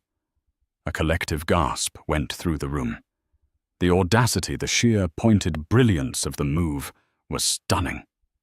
She had gathered the city's elite not to witness her humiliation, but to enlist them in a cause born directly from her husband's treachery. She was turning her pain into a platform, her private disaster into a public crusade. Jessica felt the blood drain from her face. Financial fraud. The words echoed in her ears, As if on cue, two massive screens on either side of the stage, previously displaying artistic swirls of light, flickered to life. On them, in stark black and white, appeared a series of documents, bank statements, loan applications, and intricate flow charts. "My husband, Daniel Harrington," Olivia said, her voice dropping to a colder, more clinical tone as a laser pointer emerged in her hand, "is a gifted architect. He designs beautiful structures. It turns out he is equally gifted at designing fraudulent financial statements." She used the laser pointer to highlight a specific document on the screen. "This is a loan application for the Apex Tower project, submitted 3 months ago. It lists as collateral a stock portfolio valued at $7 million. She paused, letting the information sink in. "That portfolio belongs to my family trust. Daniel forged my signature to leverage it. It was the last of many, many such forgeries." The room was utterly silent now, the shock palpable. Investors like Mark Chen stared at the screen, their faces a mixture of fury and disbelief. "Over the past 3 years," Olivia went on, her voice a relentless, factual drumbeat, "Daniel has systematically siphoned over $12 million from his own company, Harrington Designs, and from our personal accounts. He has been running a shell game, using funds from new investors to pay off old debts and to finance a lifestyle and a mistress he could not possibly afford." She clicked a button, and the screen changed to show a spreadsheet. It was a detailed accounting of lavish expenses: a $500,000 lease on a sports car, a $70,000 watch, weekly stays at 5-star hotels, and at the very bottom, an entry that made Jessica's stomach clench violently: "Jewelry Cartier, $250,000. Her ring."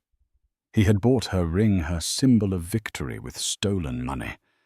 It felt like a brand on her skin. "Danielle believed that by divorcing me," Olivia explained, her voice devoid of any self-pity, "he could secure a settlement that would cover these debts, leaving him free to continue his charade. He underestimated me. He assumed I was the beige, supportive wife who handled the charities while he handled the business. He forgot that before I was Mrs. Harrington, I was Olivia Thorne, and my father did not raise me to be a fool." She looked directly at Daniel, who finally raised his head. His eyes were wide with a desperate, pleading terror. He looked like a trapped animal. "The company Harrington Designs," Olivia announced, delivering the killing blow, "was established using a seed loan from my trust. A loan that was structured by my very prescient lawyer, with a clause that in the event of dissolution of the marriage due to infidelity, all company assets revert to the lender. Me. As of 9 a.m. this morning, I exercised that clause. Harrington Designs has been dissolved. Its assets are frozen. The company no longer exists." A wave of frantic murmuring erupted. Daniel's partners and employees, scattered throughout the crowd, stared at him in horror. Their jobs, their investments, their futures all gone in a single sentence. "As for Daniel himself," Olivia said, her voice softening with a terrifying final calm, "a full forensic audit of his activities has been compiled by Mr. Paul Croft over there." She gestured towards the man Jessica had seen earlier, the Reaper. "A copy of that audit was delivered to the district attorney's office this afternoon. I believe they will find it very, very interesting." It was a complete and total annihilation, executed with the precision of a surgeon and the ruthlessness of a general. She had not only exposed him, she had stripped him of his company, his wealth, his reputation, and his freedom, all in one fell swoop in front of everyone who mattered. "This is why I have created the Phoenix Foundation," Olivia concluded, her voice regaining its strength. "Because women like me and women with far fewer resources than me deserve to rise from the ashes of a life burned down by deceit.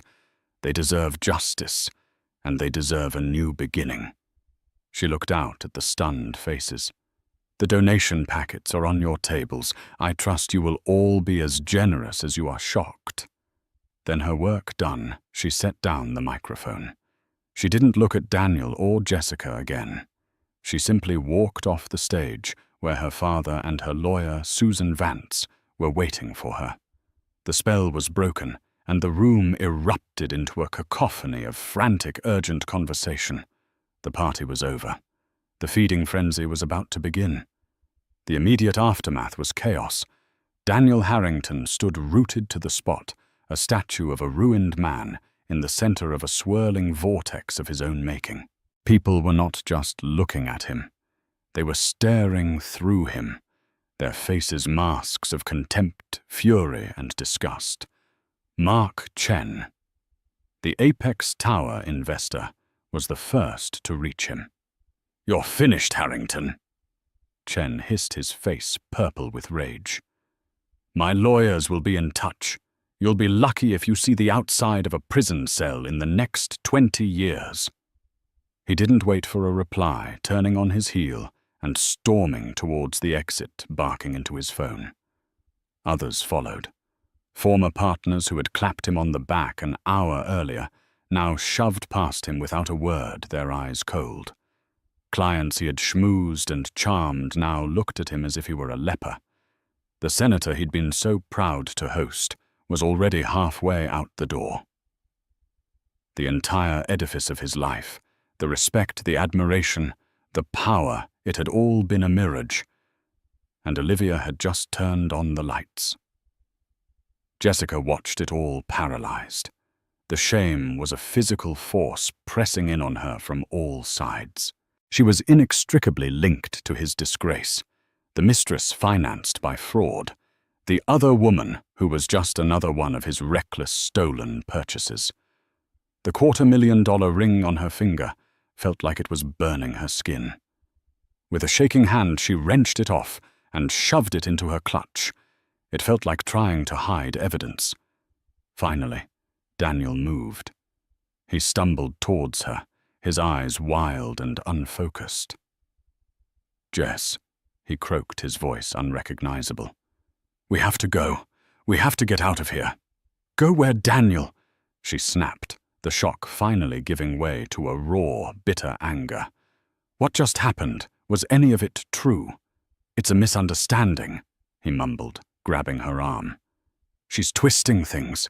She's vindictive. We can fix this." But Jessica was no longer under his spell.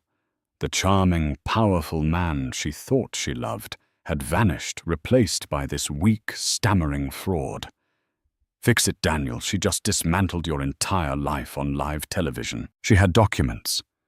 A forensic accountant. She sent it all to the DA. She's bluffing," he insisted, his voice cracking with desperation. But they both knew it was a lie. Olivia Thorne was not a woman who bluffed. Jessica pulled her arm from his grasp. "You lied to me," she said, her voice low and venomous. "You lied about everything. The divorce, the money, this whole night.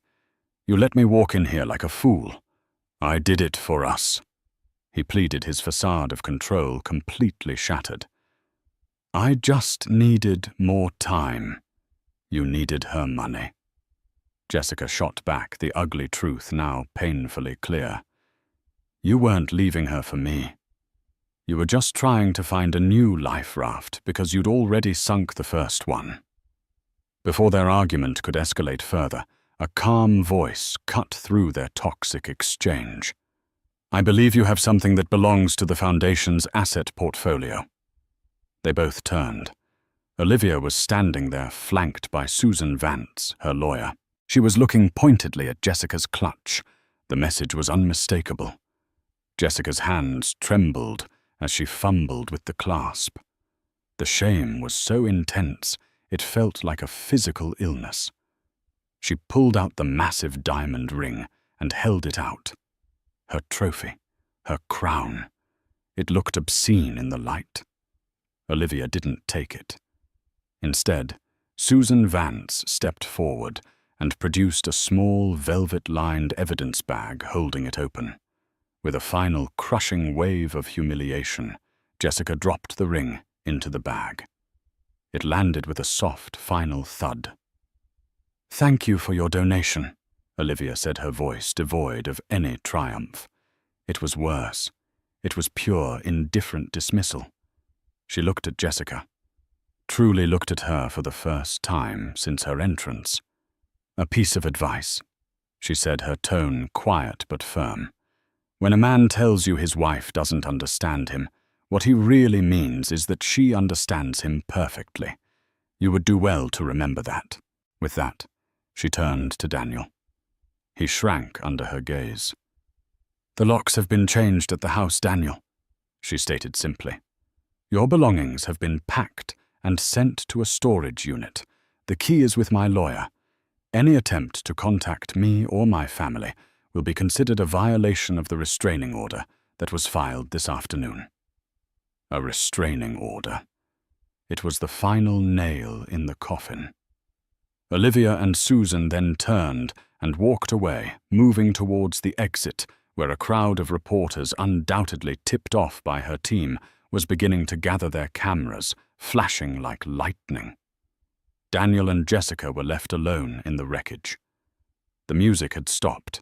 Waitstaff were discreetly clearing away the remnants of a party that had become a public execution. The grand starlight room now felt like a cold, empty tomb. Jessica looked at the man beside her. There was nothing left.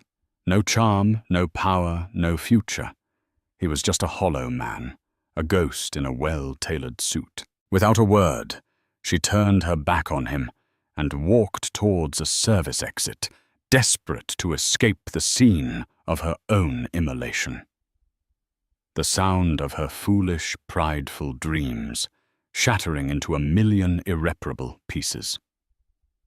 6 months later, the city was still talking about the Night of the Starlight Room Massacre, as the society pages had gleefully dubbed it.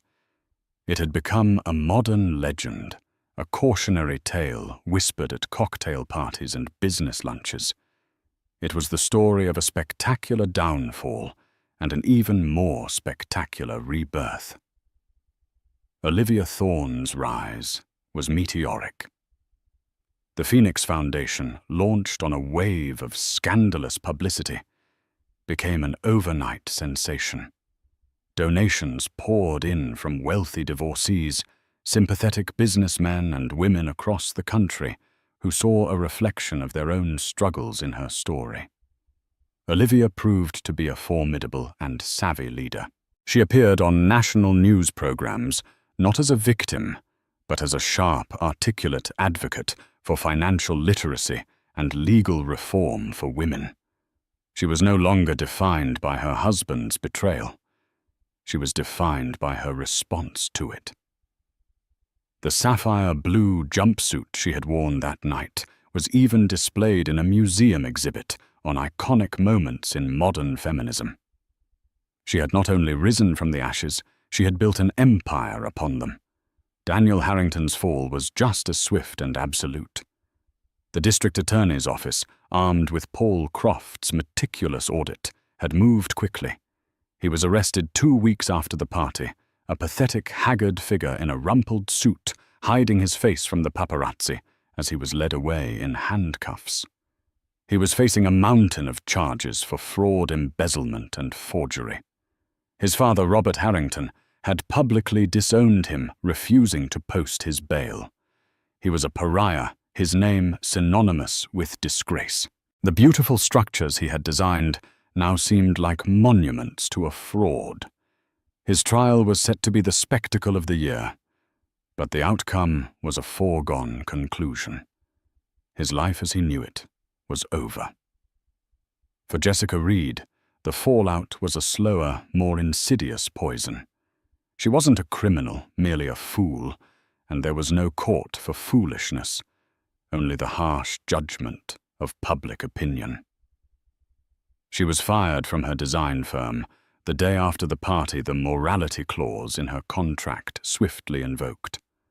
Her name was toxic. No other firm would touch her. Her friends, the ones who had flocked to her when she was with Daniel, now crossed the street to avoid her. She had been forced to sell her expensive condo and move into a small, nondescript apartment on the far side of town. The silver gown from that night hung in the back of her closet like a ghost. Sometimes, late at night, she would take it out and touch the fabric, trying to remember the feeling of triumph. But all she could summon was the cold, sickening dread that had replaced it. Olivia's final words to her echoed in her mind. When a man tells you his wife doesn't understand him, what he really means is that she understands him perfectly. Jessica had been so arrogant, so sure of her own superiority, that she had never stopped to consider the truth of that statement. She had wanted to believe Daniel was a misunderstood genius trapped in a dull marriage. She had refused to see that he was simply a predator, and his wife was the one who knew exactly where all the traps were laid. One crisp autumn afternoon, Jessica was sitting in a small cafe nursing a cup of coffee and scrolling through job listings on a cheap laptop. A news report came on the television mounted in the corner. It was Olivia cutting the ribbon at a new women's shelter funded entirely by the Phoenix Foundation. She looked serene, powerful, and completely at peace. She was a woman who had taken control of her own narrative. A bitter wave of envy and a surprising, humbling flicker of admiration washed over Jessica. She had spent 2 years trying to steal Olivia's life, only to discover that the life she wanted was a fragile illusion. Olivia, meanwhile, had built a new life, a real one, on a foundation of truth and integrity. Jessica closed her laptop. The shame was still there, a constant, low-grade fever. But for the first time, something else was stirring within her resolve. She was a supporting character in Olivia's story, and a villain in Daniel's, but she had her own story to write from here. It would not be glamorous. It would not be easy. It would be a slow, painful climb out of the wreckage she had helped create. She left the cafe and walked out into the cool afternoon air. She didn't know where she was going, but for the first time in 6 months, she felt like she was moving forward, not just drifting in the fallout. The ashes of that night in the Starlight Room had finally grown cold, and from them a tiny, fragile ember of her own future was just beginning to glow. Olivia's story is a powerful and unforgettable reminder that the greatest strength is often forged in the deepest betrayal. She didn't just get even. She got everything, transforming her pain into a platform for empowerment that changed countless lives. It's a testament to the fact that you can't build a future on a foundation of lies, and that a woman's true power is not who she stands beside, but who she is when she stands alone. Her meticulously planned revenge on Daniel and Jessica wasn't just about justice. It was about rewriting her own destiny. If you were captivated by Olivia's incredible story of strategy and strength, please hit that like button to show your support. Share this video with someone who would appreciate a story of ultimate triumph. And most importantly, subscribe to our channel and ring the notification bell so you never miss another tale of drama, intrigue, and karmic justice. What did you think of Olivia's methods? Let us know in the comments below.